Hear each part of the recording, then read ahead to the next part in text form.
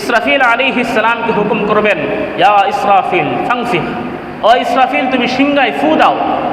ইসরাফিল আলাইহিস সালাম রব্বুল আলামিনকে জিজ্ঞাসা করবেন, কাম নাফখাতান ইয়া রাব্বি, ও আল্লাহ কয়টা ফু দেব? আল্লাহ রাব্বুল আলামিন বলবেন, নাফখাতান ওয়াহিদা, একটা ফু দাও।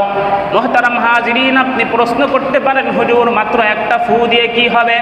মুহাম্মাদুর রাসূলুল্লাহ সাল্লাল্লাহু আলাইহি ওয়াসাল্লাম বলেছেন, ইসরাফিল আলাইহিস সালাম যখন সিংহার ভিতরে একটা ফু দিবে, মা বাইনাস সামাওয়াতি ওয়াল আরদি ওয়া মা ফীহিন্না হাবাআম মানসুরা, আসমান এবং জমিনের ভিতরে আল্লাহ যত কিছু সৃষ্টি করেছেন সব কিছু তোলার মতো উঠতে থাকবে।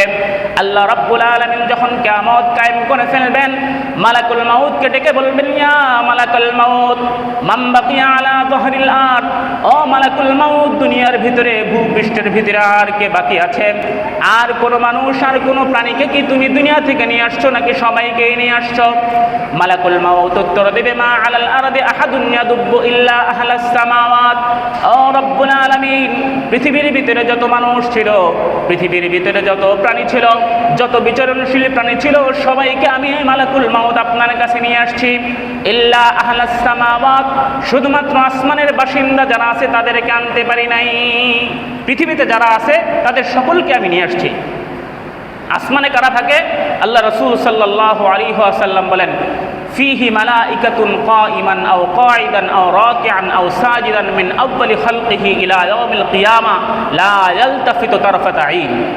আসমানের ভিতরে ফেরেশতারা আছে যারা আল্লাহ রাব্বুল আলামিনের সেজদা অবনত অবস্থায় আছে, কেউ আল্লাহ রাব্বুল আলামিনের সামনে দণ্ডায়মান অবস্থায় আছে, কেউ আল্লাহ রাব্বুল আলামিনের জন্য সেজদা অবস্থায় আছে। এরকমভাবে কিয়ামত পর্যন্ত ফেরেশতারা এমন থাকবে, তারা কোনো দিকে ভ্রুক্ষেপ করে না। আল্লাহ রাব্বুল আলামিন এবার মালাকুল মাউতকে জিজ্ঞাসা করবেন, তাদেরকেও নিয়ে আসো। যারা আসমানের ভিতরে আছে তাদেরকেও উঠায় নিয়ে আসো। মালাকুল মাউত আসমানের ভিতরে যত ফেরেশতা আছে সকলকে মৃত্যুবরণ করাবেন। রব্বুল আলামিন জিজ্ঞাসা করবেন, মান বাকিয়া, এখন কে আছে? তো মালাকুল মাউত উত্তর দেবে, মা আলাল আরদি আহাদুন ইয়াদুব্বু ওয়ালা আলাস সামাওয়াতি ইল্লা ইসনা আশারা মালাইকা হামিলাতুল আরশ। আসমান এবং জমিনের ভিতরে যত বিচরণশীল প্রাণী ছিল সমস্ত প্রাণীকেই আমি মালাকুল মাউত নিয়ে আসছি। সকলের জান আমি কবজ করে ফেলেছি, শুধুমাত্র 12 জন ফেরেশতা ব্যতীত, যেই 12 জন ফেরেশতা আপনার আরশ বহন করছে।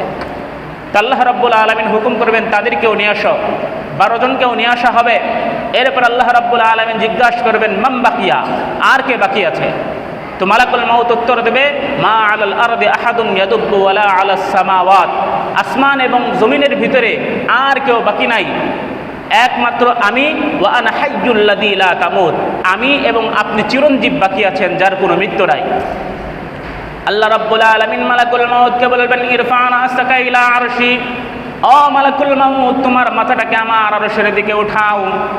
মালাকুল মাউত যখন তার মাথাটাকে আরশের দিকে উঠাবে, আল্লাহ রাব্বুল আলামিন বলেছেন, উনজুর, ও ফেরেশতা তুমি দেখো সেখানে আমি কি লিখেছি।